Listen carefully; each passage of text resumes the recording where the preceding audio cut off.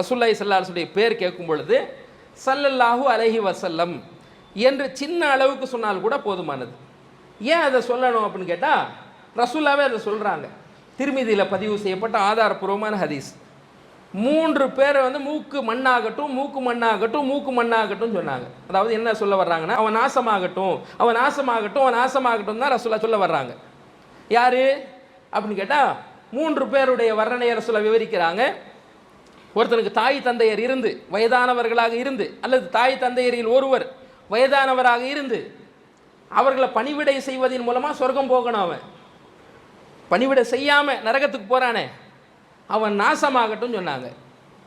2வது நபர் யாருன்னு சொன்னால், ரமலான் மாதம் அவனிடத்தில் ரமலான் கடந்து போய் விடுகிறது, ஆனால் அவனுடைய பாவம் மன்னிக்கப்படாத நிலையிலேயே கடந்து போகுது ரமலான், இவனும் நாசமாகட்டும் சொல்கிறாங்க. 3வது யார் ரசூலுல்லாஹ் சொல்கிறாங்க, என்னுடைய பேர் அவனிடத்தில் கூறப்பட்டுன்னா என்ன அர்த்தம், யாராவது வழியாக ஒரு சொல்லப்படுது முஹம்மது என்று கூறப்படும் பொழுது எவன் ஸலவாத்து சொல்லாமல் இருக்கின்றானோ அவன் நாசமாகட்டும் என்ற ஹதீஸ் இருக்கு. அப்போ